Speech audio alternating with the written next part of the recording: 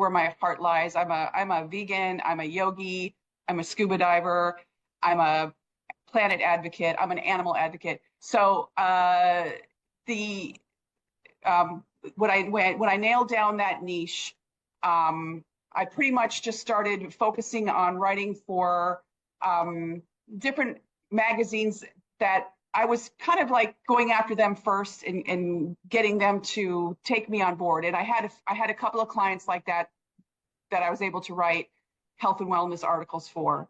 And so the articles that I've been writing recently have been focusing on recovery, people that are struggling with addiction, whether it's drug and alcohol addiction or gambling or shopping. And also I've got a article coming out later on this year for another magazine that focuses on autoimmune diseases. So, and then I've also done a lot of publications for nursing outlets like Nursing CE Central, Luminous Travel, little blogs and articles like that, just to kind of highlight what different areas there are out there for nurses that we can do other than working in hospital. I totally agree with functional health being the core of you. And it just makes so sense with your personality and everything that like encompasses you. So when I think of someone that like picks a niche based on like their interests and their values, you're like the first person that comes to mind when I'm working with other students. Oh, thanks. Yeah, yeah, because it's so true to you. Yeah, I think picking a niche, or if, for people that don't know what a niche is, it's pretty much like your corner of the writing universe to kind of like hold up in and figure out like what type of writing you want to do. So it's where you kind of camp out. You can switch later on, but it usually yeah, helps to figure out what you want to do. I think it's so beneficial to um, make that decision right away. It really makes it a lot less overwhelming when you can have a more targeted approach. And I really admire that right away you went into it. And you're like, this is what I want to do. No mhm. compromise on that. So that was And really admirable. I think it's a broad enough niche that you can write for just about any um, any publication that wants a health writer. You know, I'm not kind of narrowing myself down to one thing.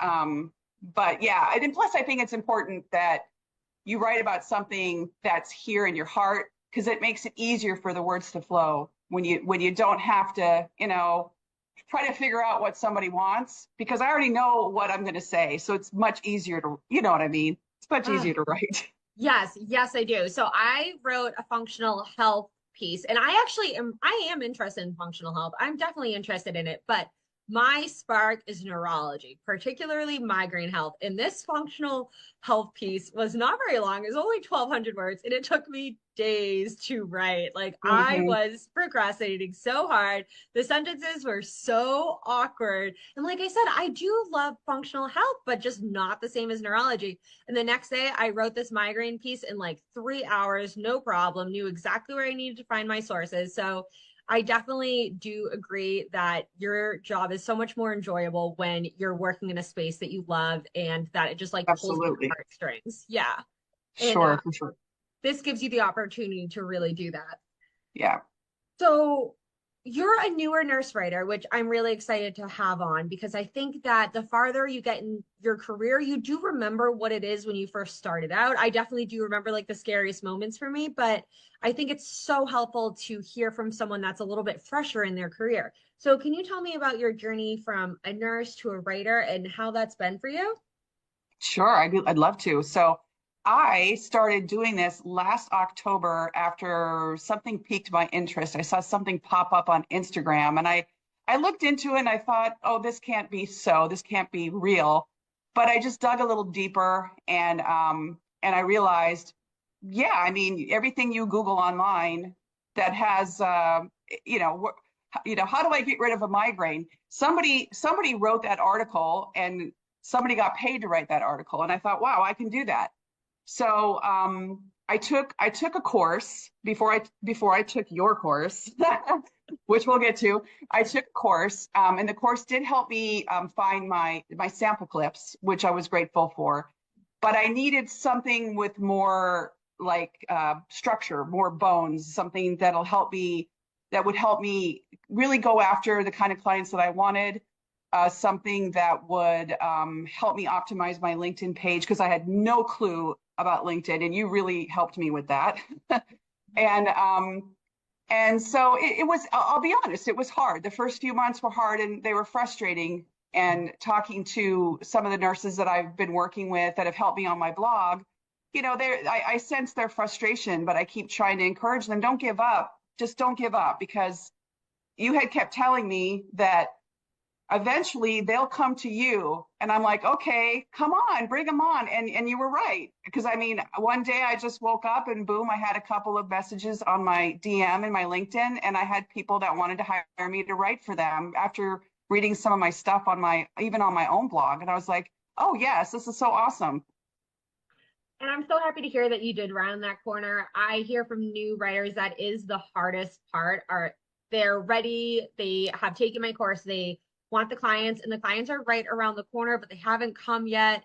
And I just feel so bad because I'm like, they will come, I promise they will come, but they're not coming yet. Yeah. So that's one of the biggest hurdles besides imposter syndrome, which I hear over and over and over Oh again. yes. And we do this, it's the clients aren't coming.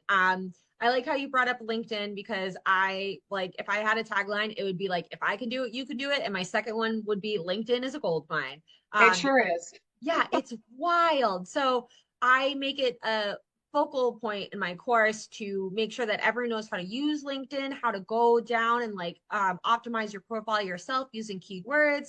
And then you can pop up in searches and it just makes it so much easier.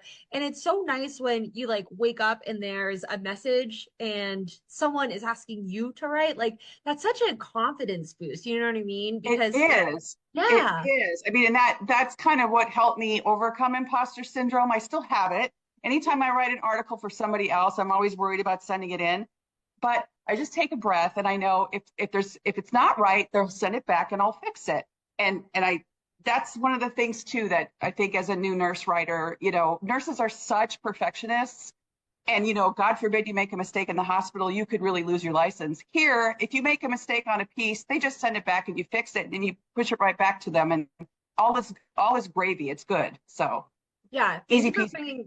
thank you for bringing that up too. Nurses are very, very rigid. Even when they approach me, they have this like one mindset of how to do things. And I'm Yeah. always like, this is not the bedside, you guys. Like, we're loosey goosey here. Like, we're all running Hmm. our own businesses. Like, create your business values, your morals, and like what you want to accomplish because what I'm doing might not be what you're doing. So, like, our next steps might be different. So, Yeah. just to like keep that open mind, it's not like, if you see like X, then give this medication at the bedside. Like we don't have standard operating procedures, which I think really freaks nurses out.